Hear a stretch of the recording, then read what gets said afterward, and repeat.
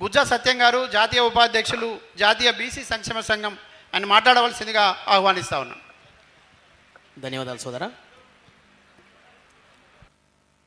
తెలంగాణ జాగృతి ఆధ్వర్యంలో ఈరోజు ఏర్పాటు చేసిన జాతీయ జనగణనలో కులగణన పైన ఈ రౌండ్ టేబుల్ సమావేశాన్ని ఏర్పాటు చేసిన కవితక్క గారికి ప్రత్యేక అభినందనలు తెలియజేస్తూ, కార్యక్రమానికి వచ్చిన వివిధ కుల సంఘాలు, రాష్ట్ర నాయకులకి, అన్ని సంఘాలకి, సామాజిక ఉద్యమ సంఘాల నాయకులందరికీ కూడా పేరు పేరున ఉద్యమాభినందనాలు తెలియజేస్తున్నాను.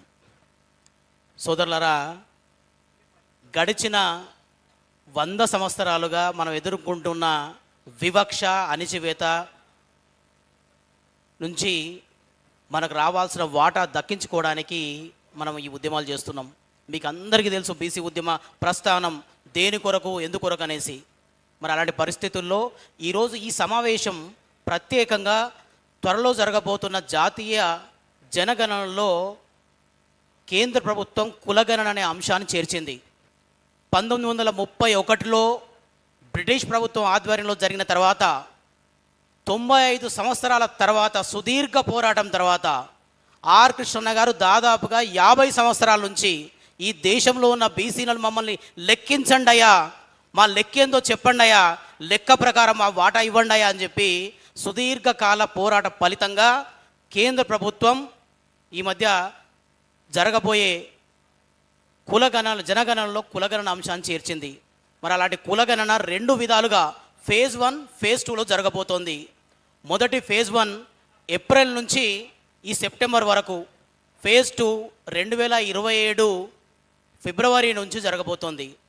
దానికి సంబంధించిన గెజిట్ నోటిఫికేషన్ మొన్న జనవరి 20న కేంద్ర ప్రభుత్వం విడుదల చేసింది. ఇక్కడ ఈ విశాల ప్రస్తావన ఎందుకంటే, ఇక్కడ వచ్చిన ఒక్కొక్క నాయకుడు 1000 మందితో సమానం. ప్రతి సంఘానికి రిప్రజెంట్ చేస్తున్న నాయకులు మీరంతా మన పై జరుగుతున్న కుట్రలని, ఇక్కడ జరుగుతున్న వ్యవహారాలని గ్రామ స్థాయి వరకు తీసుకెళ్లే బాధ్యత, బరువు మీ పైన ఉంది. కాబట్టి మీరు ఇవన్నీ కూడా, వివరాలన్నీ కూడా స్పష్టంగా తెలుసుకోవాలని చెప్పేసి ఈ వేదిక ద్వారా మీకు ప్రార్థిస్తున్నా.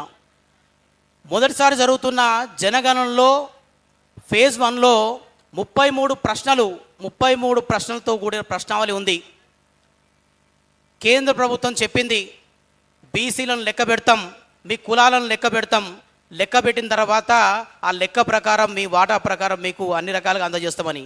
కానీ ప్రభుత్వాలు చెప్పినా, ప్రతిపక్షాలు చెప్పినా దాంట్లో బీసీల కోణం వచ్చేసరికి కుట్ర కోణం ఉంటుంది. మనం గమనించాలి.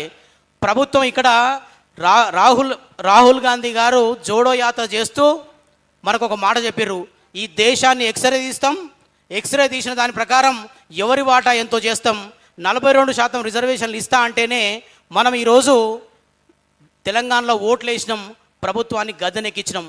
గద్దెనెక్కించిన తర్వాత 42% రిజర్వేషన్లో వీళ్ళు ఏం చేస్తున్నారో, మోసం ఎట్లా చేస్తున్నారో మీకు అందరికీ తెలుసు. ప్రభుత్వంలో అధికారంలో ఉన్న కాంగ్రెస్ పార్టీయే రాహుల్ గాంధీ ఇచ్చిన వాగ్దానాన్ని నెరవేర్చకుండా బీసీల పట్ల మోసం చేస్తున్నాయి. అంటే ఇదే మోసాన్ని అటు కేంద్ర ప్రభుత్వాలు, ప్రతిపక్ష పార్టీలు, అన్ని పార్టీలు కూడా బీసీలకు వాళ్ళ వాటా దక్కే విషయంలో మోసాన్నే చేస్తాయి.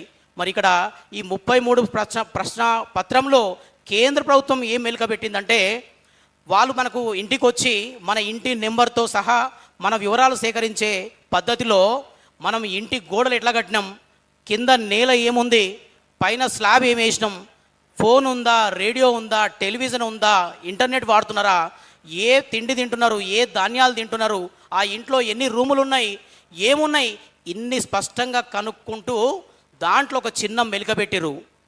కులం దగ్గరికి వచ్చేసరికి ఎస్సీ, ఎస్టీ, ఇతరులు. అరే ఆ ఇతరులలో మమ్మల్ని కలిసే 95 సంవత్సరాలు మోసం చేసిర్రా నాయన, మమ్మల్ని దోచుకున్నారు.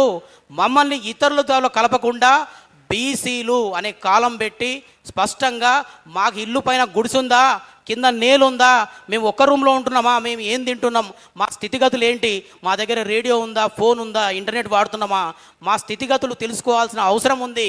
ఆ అవసరంలో మమ్మల్ని ఇతరులు కలపకండి.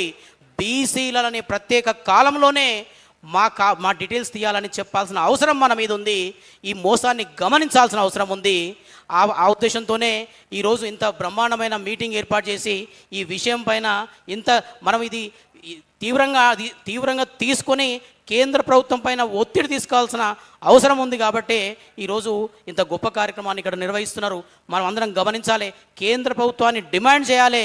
త్వరలో జరగబోయే ఫేజ్ 1 జనగణనలో 33 అంశాల ప్రశ్నాపత్రంలో ఇతరులు కాదు, బీసీ అనే కాలం పెట్టండి. ఆ బీసీ అనే కాలంలోనే మమ్మల్ని లెక్కించండి. ఆ లెక్కలలో మా సామాజిక స్థితిగతులు తెలుస్తాయి, మా ఆర్థిక పరిస్థితులు తెలుస్తాయి. మేము ఒక్క రూమ్లో 10 మంది ఉంటున్నామా, ఒక్క ఇంట్లో ఎంతమంది ఉంటున్నాం, మాకు సొంత గూడు ఉందా, మాకు అసలు ఏమున్నాయి ఏం లేవన్న విషయాలు తెలిస్తేనే కదా రేపొద్దున కులగణనలో మన లెక్కలు తెలిసినప్పుడు మన వాటా ప్రకారం బడ్జెట్లో మనం వాటా ఆడగలుగుతాం, సంక్షేమ పథకాల్లో మనం వాటా ఆడగలుగుతాం. మన లెక్కలో ఉన్నప్పుడే కదా మన వాటా ప్రకారం చేయగలుగుతాం. ఇలాంటి లెక్కలు వాటాలు తేల్చకుండా ఉండడానికే మనల్ని ఇతరులని కాలంలో కలిపిర్రు. మీరంతా గమనించాలి, దీని మీద మనం చర్చించాలి, ప్రభుత్వాన్ని డిమాండ్ చేయాలి, మన డిమాండ్లకు అనుగుణంగా ఒప్పించాలి.